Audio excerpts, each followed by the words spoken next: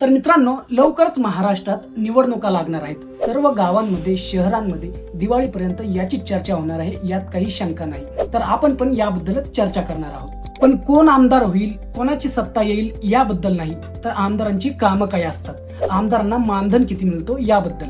त्यापूर्वी एक विनंती की आमच्या या मराठमोळ्या युट्यूब चॅनलला सबस्क्राईब नक्की करा. काही महिन्यापूर्वी संपूर्ण भारतात खासदारकीच्या निवडणुका झाल्या आणि आता येणाऱ्या काही महिन्यात आमदारकीच्या निवडणुका होणार आहेत. खासदारकीच्या वेळेस तुम्ही कोणत्या विषयांवर मतदान केले आणि येणाऱ्या आमदारकीला तुम्ही कोणत्या विषयांवर मतदान करणार हे आम्हाला कमेंटमध्ये नक्की कळवा. आता आपण आमदाराला कोणकोणत्या जबाबदाऱ्या पार पाडाव्या लागतात हे पाहू. पण त्यापूर्वी आमदार निवडून आल्यावर जिथून कामकाज करतो ते म्हणजे महाराष्ट्र विधानसभाबद्दल थोडी माहिती घेऊया.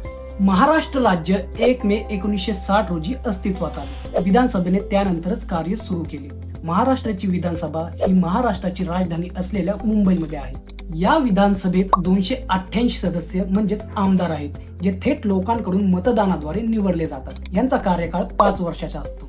परंतु राज्यपालाने जर आदेश दिला तर सभा लवकरही विघटित होऊ शकते. या विधानसभेत एक अध्यक्ष निवडला जातो, जो पूर्ण सभागृहाची शिस्त राखतो.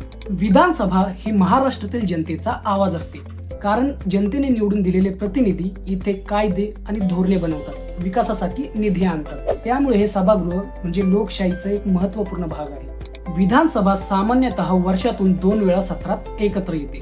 एक मान्सून सत्र जे जुलै ते ऑगस्ट मध्ये असते आणि एक हिवाळा सत्र जे नोव्हेंबर ते डिसेंबर मध्ये असते.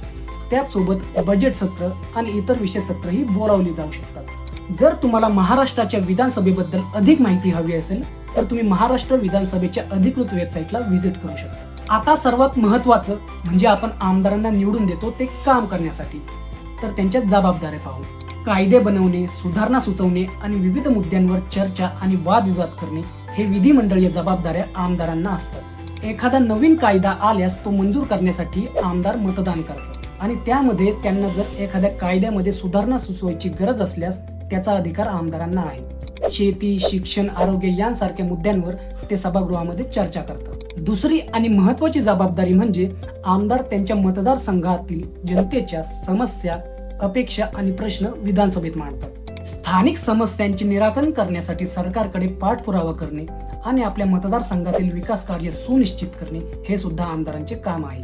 सरकारी धोरणांवर, खात्यांवर आणि कामकाजावर प्रश्न विचारून सरकारला उत्तरदायी ठेवणे हे सुद्धा आमदारांचं काम आहे. हे काम प्रश्नोत्तर तासादरम्यान होते.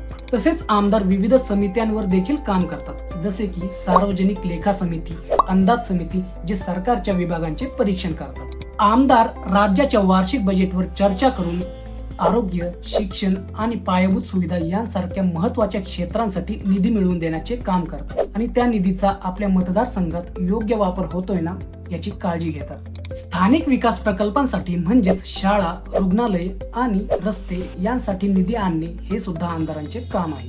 मतदारसंघातील नागरिकांशी संवाद साधून त्यांच्या अडचणी ऐकून घेणे आणि ते सोडवण्यासाठी सरकारी यंत्रणांशी समन्वय साधणे व तेच विषय विधानसभेच्या चर्चासत्रामध्ये मांडणे ही सुद्धा आमदारांची जबाबदारी आहे. विधानसभेच्या सत्रामध्ये सक्रियपणे सहभाग घेणे, सभागृहाची शिस्त पाळणे आणि संसदीय प्रक्रियांचे पालन करणे हे सुद्धा आमदारांची जबाबदारी आहे. अशा प्रकारे सरकार आणि जनतेमध्ये दुवा म्हणून आमदार कार्य करतात. आता आपण पाहू आमदारांना मानधन किती असतो. त्यांचा पगार विविध घटकांवर आधारित असतो. वेतनाबरोबर इतर भत्ते म्हणजेच अलाउन्स समाविष्ट असतात. आमदारांना मूळ वेतन असते 1,82,200 रुपये. त्याचसोबत त्यांना इतर भत्तेही मिळतात. महागाई भत्ता 39,148 रुपये, टपाल भत्ता 10,000 रुपये, टेलिफोन भत्ता 8,000 रुपये, संगणक चालक भत्ता 10,000 रुपये, सगळे मिळून 2,72,148 रुपये मानधन मिळतो आमदारांना. म्हणजेच कलेक्टर पेक्षाही जास्त मानधन असते आमदारांना. विशेष म्हणजे आमदारांच्या ड्रायव्हरचा 20,000 रुपये आणि PA चा 30,000 रुपये हा पगारही सरकारी तिजोरीतून दिला जातो. तसेच आमदारांना प्रति बैठकीसाठी 2,000 रुपये भत्ता दिला जातो. तसेच आमदारांना मोफत लॅपटॉप, प्रिंटर, ST रेल्वे प्रवासही मोफत असतो आणि त्याचसोबत राज्यात 32 वेळा मोफत विमान सेवा आणि राज्याबाहेर 8 वेळा मोफत विमान सेवाही असते. तसेच आमदारांना इतर सवलतीही असतात.